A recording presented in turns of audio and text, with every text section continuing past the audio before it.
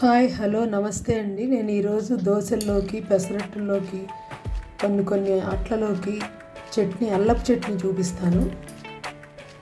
2 గరిటెలు శనగ నూనె వేసుకోండి. శనగ నూనె పచ్చళ్ళకి చాలా బాగుంటుంది.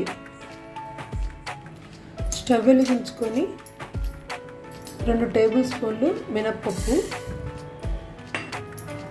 2 టేబుల్ స్పూన్లు ఆవాలు, 1.5 టేబుల్ స్పూన్ మెంతులు వేసుకొని మంచి స్మెల్ వచ్చే వరకు వేపుకోవాలండి. మాడకుండా వేపుకోవాలి.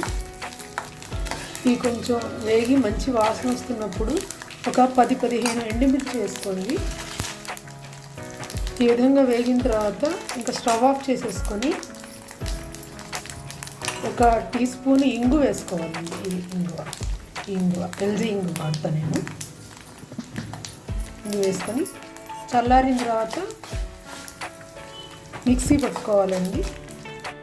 ఈ కప్పుతో చింతపండు అరగంట ముందు వేడి నీళ్ళలో గోరువెచ్చని నీళ్ళలో నానబెట్టుకోవాలి.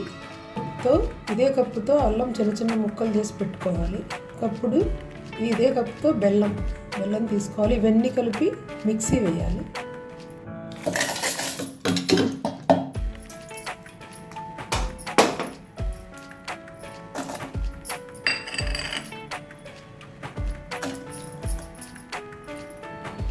నానబెట్టుకున్న చింతపండు వాటర్తో సహా వేసేసుకోవాలి.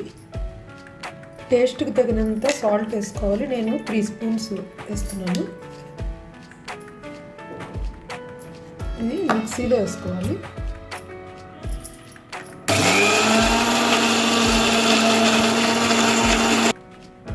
మరీ మెత్తగా వేసుకోక్కర్లేదండి, కొంచెం బరగ్గా వేసుకోవచ్చు.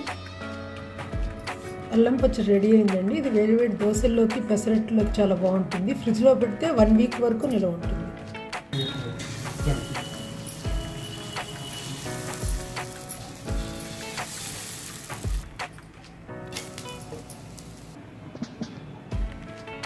వేడివేడి పెసరట్టు అల్లం చట్నీ గట్టిగా అనిపిస్తే కొంచెం హాట్ వాటర్ పోసుకొని లూజ్ చేసుకోవచ్చు.